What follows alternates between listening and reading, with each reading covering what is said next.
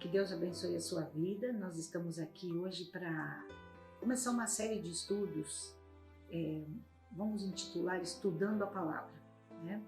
Nós queremos aprender um pouquinho da Palavra de Deus e instigar em você esse desejo de ler a Palavra de Deus e conhecer ao Senhor. Precisamos conhecer o nosso Deus. O nosso Deus é um Deus de aliança, é um Deus que tem propósitos. E nós precisamos entender o propósito eterno de Deus, o qual Ele estabeleceu antes mesmo da fundação do mundo. Imagina, antes mesmo que Deus criasse o mundo, Ele já tinha um propósito estabelecido para isso. E ninguém pode mudar ou frustrar aquilo que Deus deseja. Você se lembra das palavras de Jó? Jó disse assim: bem sei que tudo podes e nenhum dos teus planos pode ser frustrado. Então Deus, Ele estabelece o seu propósito através de um plano. Ele realiza, desenvolve todo esse propósito através de um plano. Por isso nós precisamos entender quem Deus é e saber que Ele se dá a conhecer através das suas alianças. Nós vamos falar um pouquinho de aliança. Como é que Deus se manifestou a nós através destas alianças. Também nós precisamos compreender que Deus é imutável, Ele não muda, tá? Não quer dizer assim, Deus Ele se manifestou através de você vai conhecer várias alianças.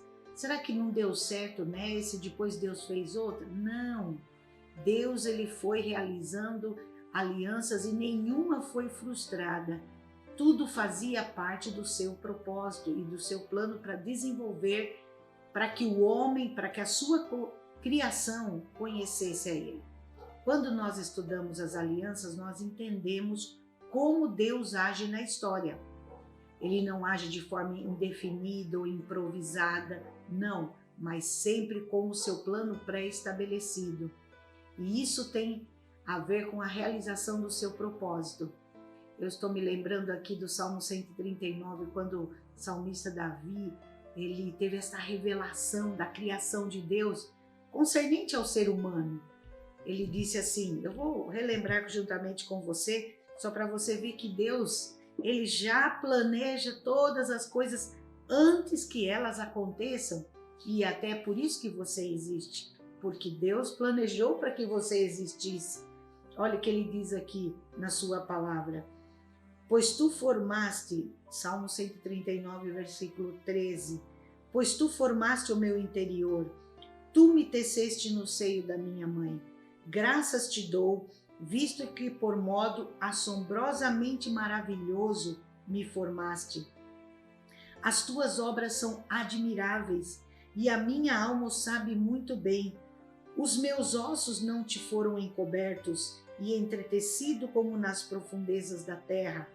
Os teus olhos me viram, a substância ainda informe, e no teu livro foram escritos todos os meus dias, cada um deles escrito e determinado, quando nenhum deles havia ainda.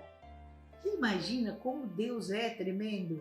Ele escreve a sua história e depois fala para você, nasce, vá viver essa história que eu escrevi para você. Por isso a grandeza, Deus é muito grande, Deus é tremendo. Não há palavras no nosso vocabulário que nós poderíamos descrever a grandeza de Deus. Por isso Deus tem propósitos, como eu falo para você, um propósito eterno e Ele desenvolve através de um plano. Agora vamos ver um pouquinho aqui na palavra de Deus o propósito eterno revelado através das Escrituras. O apóstolo Paulo escreveu aqui em Atos, capítulo 20, versículo 27, porque não deixei de vos anunciar todo o propósito de Deus. O apóstolo Paulo escreveu para a igreja primitiva, eu não deixei de anunciar a vocês todo o propósito de Deus. Quer dizer, Deus tem um propósito. Qual é o propósito dele? Por que Ele criou a humanidade? Por que Ele te criou? Qual o propósito dele? Também Paulo escreve aqui em Efésios, eu vou ler aqui para você alguns versículos, Efésios capítulo 1, do versículo 3. A seguir ele diz assim, Bendito o Deus e Pai de nosso Senhor Jesus Cristo, que nos tem abençoado com toda sorte de bênção espiritual nas regiões celestiais em Cristo, assim como nos escolheu nele antes da fundação do mundo, para sermos santos e irrepreensível perante ele em amor, e nos predestinou para ele, para a adoção de filhos, por meio de Jesus Cristo, segundo o beneplácito da sua vontade, para louvor da sua graça, que ele nos concedeu gratuitamente no amado, no qual temos a redenção pelo seu sangue, a remissão dos pecados, segundo a riqueza da sua graça, que Deus derramou abundantemente sobre nós em toda sabedoria e prudência, desvendando-nos o mistério da sua vontade, segundo o seu beneplácito que propusera em Cristo, de fazer convergir nele, na dispensação da plenitude dos tempos, todas as coisas, tanto as do céu como as da terra. Nele digo, no qual fomos também feitos herança, predestinados segundo o propósito daquele que faz todas as coisas conforme o conselho da sua vontade, a fim de sermos para o louvor da sua glória. Nós os que de antemão esperamos em Cristo. Olha só, ao concluir cada uma destas ações abençoadoras de Deus, Paulo esclarece as suas finalidades, ou seja, o seu propósito de cada uma delas, que é para o louvor da sua glória. Deus fez tudo isso para o louvor da sua glória. Por 3 vezes ele repete, no versículo 6, no versículo 12 e no versículo 14. Ele criou todas as coisas para o louvor da sua glória. Por isso nós podemos dizer que a mais importante motivação do universo é a glória de Deus, tá? Deus criou você para o louvor da glória dele. Às vezes nós queremos tudo atrair a nós, tudo tem que ser voltado para ele, para Deus. Se ele criou você, é para o louvor da glória dele. Se ele se manifestou a você, é para que ele seja glorificado. O que é a glória de Deus? Paulo também explica. A glória de Deus é a soma de todos os atributos e perfeições, é a sua grandeza infinitamente vasta. Então a glória de Deus é tudo que você possa imaginar de beleza de Deus. É o seu esplendor físico, como a multiforme perfeição da sua beleza moral. É a magnificência, cada palavra, né? Grandes, mas é a magnificência, a excelência da sua pessoa, a manifestação de quem Deus é. Então a glória é tudo de belo do que Deus é, tá? E ele quis revelar isso para nós. Até a criação de toda a humanidade, a criação de tudo que Deus fez no universo, é para mostrar a grandeza de quem Deus é. É para glorificar a ele. Você está vendo? Outro termo que nós podemos ter o mesmo sentido de glória de Deus é quando a gente vê na palavra que Deus diz no nome de Deus. Quando a Bíblia se refere ao nome de Deus, também está fazendo querendo dizer a mesma coisa referente à sua glória, tá? Sendo assim, o nome de Deus não é uma mera etiqueta, mas uma referência do seu perfeito e glorioso caráter. Né? Tanto que Deus, ele se manifesta, eu sou o que sou. E nós vemos no Antigo Testamento vários nomes dados para Deus, mais referente a tudo aquilo que ele é.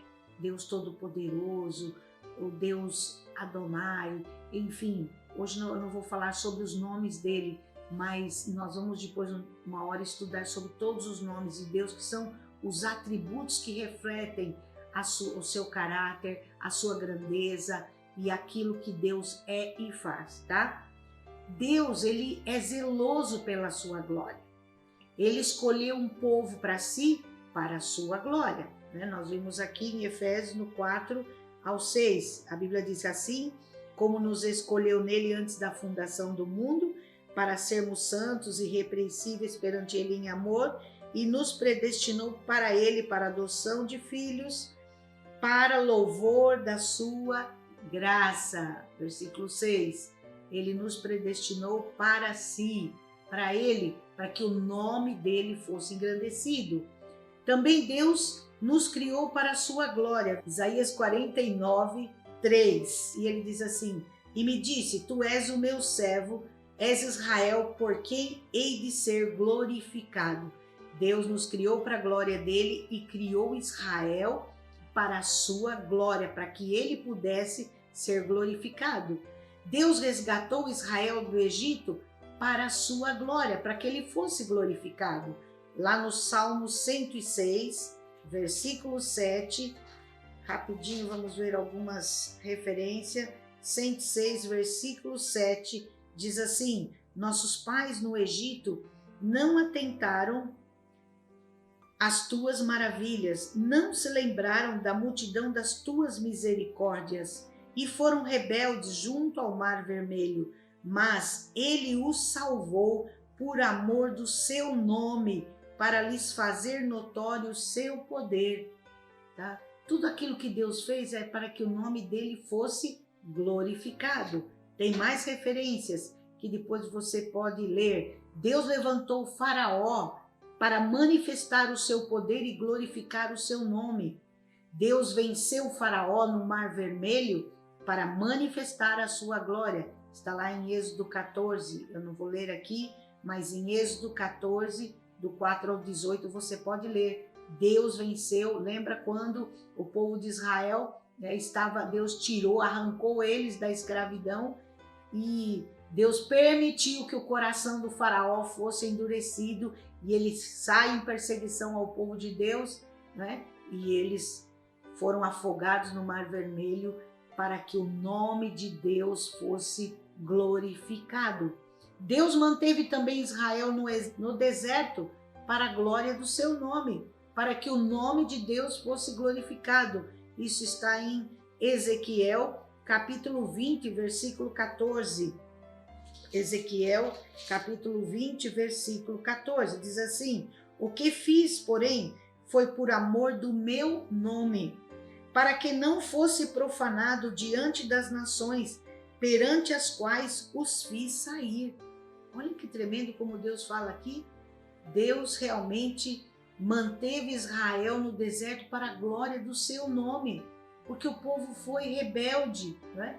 O povo se rebelou contra Deus, mas para que Deus fosse glorificado, o nome dele fosse exaltado, Deus precisou manter o povo no deserto, para que eles pudessem realmente conhecer a grandeza de Deus, a forma como Deus os sustentou naquele deserto, a forma como Deus cuidou deles, para que eles pudessem reconhecer a grandeza e o nome de Deus fosse glorificado. Há muitas referências, vou dar mais algumas aqui para você. Deus deu a Israel vitória em Canaã, para a glória do seu nome. Isso está registrado em 2 Samuel 7:23. Deus não desampara o seu povo, para a glória do seu nome. 1 Samuel 12:22. Deus salva Jerusalém de ataques para a glória do seu nome. 2 Reis 19:34. Deus restaurou Israel do exílio e o purificará para a glória do seu nome. Ezequiel 36:22-32. Eu me recordo quando certa vez o povo de Deus havia se rebelado contra ele. E Deus falou para Moisés: Moisés, eu não vou mais com esse povo. E é interessante que Moisés exatamente ora usando esse argumento para Deus, sabe? Senhor, o que os outros povos vão falar de ti? Que o Senhor tirou Israel do Egito e agora o Senhor vai destruí-los aqui? Porque Deus tinha falado para Moisés: Moisés, eu vou destruir, sai da frente que eu vou destruir esse povo e de você eu vou fazer de novo uma nação. Mas Moisés disse: não, Senhor, o que as nações vão falar de ti? O que esses povos vão falar do Senhor? Esse Moisés realmente orou aquilo que Deus, o que está no coração de Deus. Porque quem tem que ser glorificado é Deus. E Deus é zeloso pelo nome dele. E através daquele pedido de perdão, aquela intercessão de Moisés, Deus perdoou o povo. Lógico que não foi só um simples pedido de perdão. Você sabe que Moisés, né? Ele pediu perdão a Deus e ele jejuou por aquele povo. Ele sobe a montanha, ele permanece lá 40 dias de oração, de jejum, de intercessão, para que aquele povo fosse curado e sarado. Então nós vemos que Deus cuida, realmente a glória de Deus, ele é zeloso pela sua glória, para que o seu nome realmente seja exaltado perante todos os povos.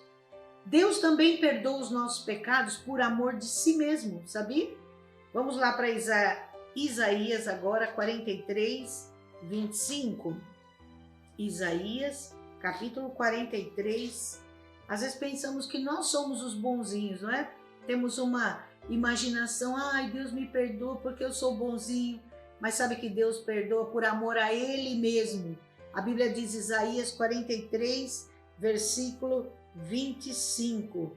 Ele diz assim, eu mesmo sou o que apago as tuas transgressões por amor de mim, e dos teus pecados eu não me lembro.